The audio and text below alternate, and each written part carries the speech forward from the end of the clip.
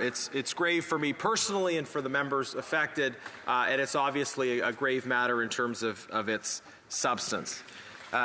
We are living through a time where there is a proliferation of foreign threats in a context which can only be described as a new Cold War, intensifying competition between the free democratic world, of which we are a part, and the authoritarian revisionist world, which threatens our democratic values and which seeks to overturn the established international rules-based order.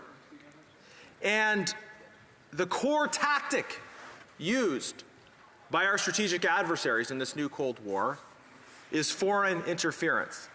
An old tactic, but one that has particular relevance and can be done with much greater ease in the modern world. Now, speaking about foreign interference, I wanted to start with perhaps one of the oldest texts on the subject. This is from The Art of War by Sun Tzu. Sun Tzu said, "In the practical art of war, the best thing of all is to take the enemy's country whole and intact. To shatter and destroy it is not good, so too it is better to recapture any army entire than to destroy it, to capture a regiment, a detachment, or a company entire than to destroy them. Hence, to fight and conquer in all your battles is not supreme excellence. Supreme excellence consists in breaking the enemy's resistance without fighting." And he says later, "The skillful leader subdues the enemy's troops without any fighting. He captures their city without laying siege to them. He overthrows their kingdom without lengthy operations in the field. With his forces intact, he will dispute the mastery of the empire, and thus, without losing a man, his triumph will be complete. This is the method of attack by stratagem." Madam Speaker, a very old text, but it underlines what foreign interference is all about. It is about the attempt to take control of other societies, other countries, without fighting, but nonetheless to take away their sovereignty, their independence, their freedom, and to be able to direct their affairs. Sun Tzu points out, of course, that for a country that wishes to take over or occupy another place, it is preferable that they are able to do that without fighting.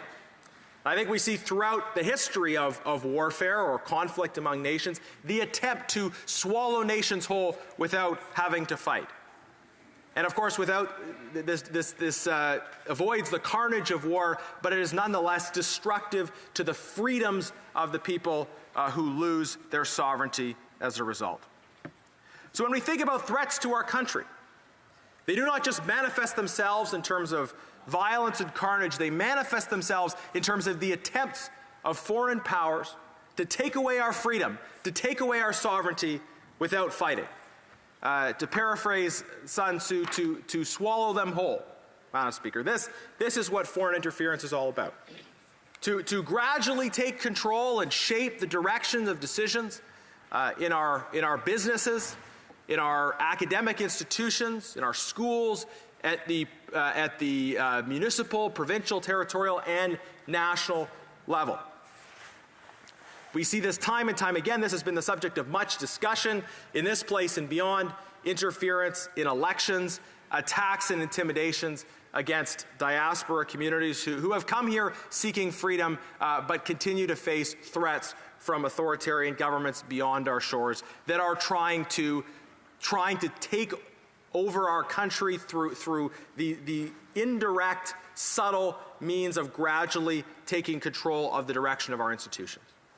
So this is something we have to take so fundamentally seriously to preserve our sovereignty and our security for ourselves, our children, and our grandchildren. This is why foreign interference has to be taken very seriously. And sadly, the temptation has been from some politicians, and I think we've seen this over the years from this government, is to see this through a partisan lens instead of seeing this as a vital threat to our national interest.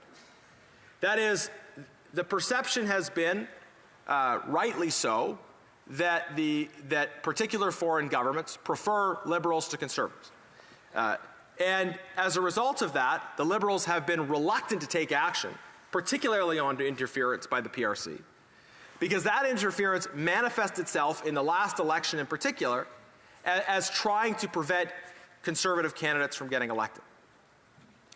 We know then that Liberals chose not to share vital information with members of Parliament. They chose to fail to act on critical issues around foreign interference because they saw this issue through a partisan lens. Former Liberal Minister John McCallum effectively invited foreign interference. He admitted that he had told leaders associated with the communist regime in Beijing that, well, maybe they should modify their approach in a certain way because if the approach they were taking might hurt Liberals in the election, that would lead to Conservatives getting elected, which would be not as much in their interests. Effectively inviting the government of a foreign state to prefer a certain outcome in our elections, and therefore to act in a way that was more likely to produce that outcome. So we know that